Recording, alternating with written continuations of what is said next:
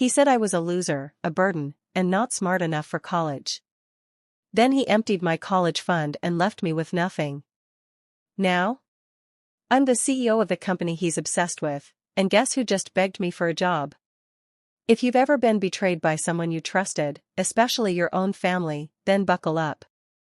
This is a story of pain, powerlessness, and the ultimate rise to poetic revenge. If you're ready to feel that satisfying punch of justice, hit that like button, subscribe, and let's dive in. I was 17 when my world turned upside down. Growing up, I wasn't the golden child. That title belonged to my older brother, Marcus. Star athlete, straight-A student, always mom's favorite. I was quieter. I liked to build things, code, sketch in my notebooks.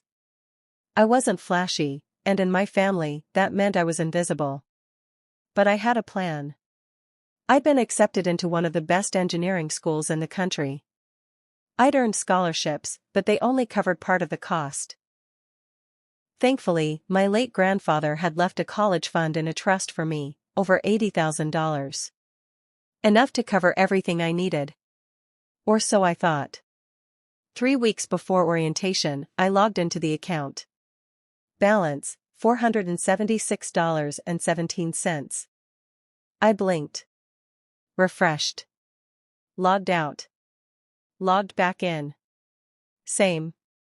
I felt this cold grip in my chest. I thought it was a glitch. I ran to my mom, panicked. She wouldn't even look at me when I asked. She just said, "It's gone." Marcus needed it more. I didn't understand. Needed it for what? Apparently, Marcus had gotten into some trouble. He was being sued by his ex for draining her credit card. Needed money to settle.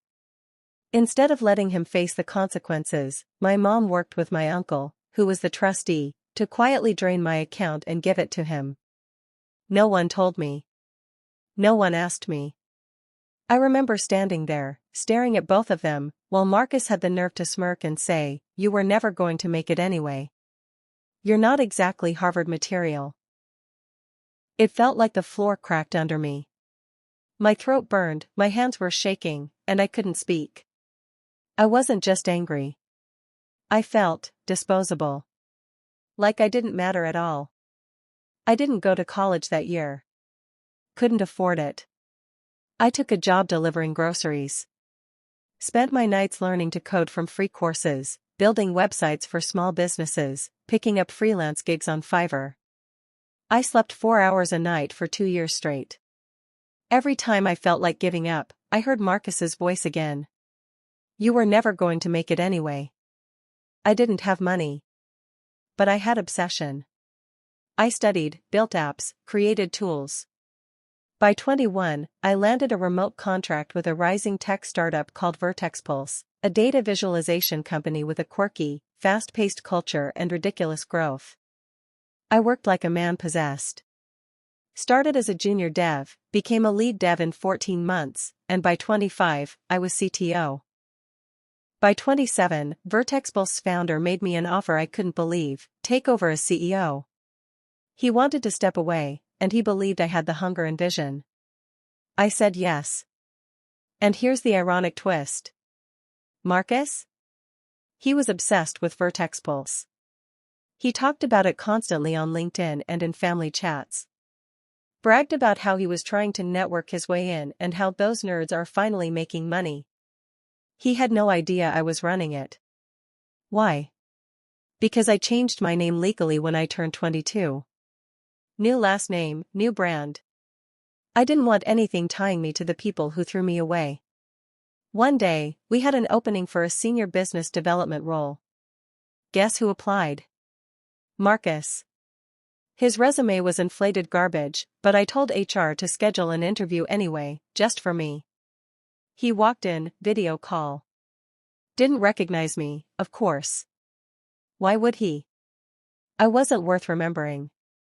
I let him do his pitch. He talked a big game, name-dropping, half-truths, trying to come off as a high roller. Classic Marcus. When he finished, I leaned in slightly and said, "Tell me, Marcus, do Do you remember a college fund you stole when you were 23? He froze. His face turned white. Eyes narrowed. What is this? I smiled. I'm the loser you robbed. The kid you told would never make it. Dead silence. Wait. My old name? No. It's new name now. And you just tried to beg your way into my company. His mouth opened, then closed. For once in his life, Marcus was speechless. Let me be clear, I continued, my voice calm and razor sharp. You're not getting the job. You're never stepping foot in this company. And you'll spend the rest of your life watching me build the empire you tried to kill before it started. I ended the call. Later that week, he tried to contact me through 3 different email aliases. I blocked every one. That moment, the look on his face? It was the purest form of justice I've ever felt. All those nights I cried in silence, wondering if I'd ever matter. Repaid in a single conversation. He tried to destroy me. I didn't just survive. I won. And the best part? He has to watch from the outside. Knowing I built the dream he could never touch. Sometimes, the best revenge isn't just success. It's success they have to witness, power they'll never hold, from someone they swore would fail. You don't need to scream to be heard. Sometimes, silence is louder, when you're sitting on the throne. If this story gave you chills, drop a like and subscribe for more true tales of poetic revenge. And tell us in the comments, have you ever gotten payback on someone who robbed you? We might feature your story next.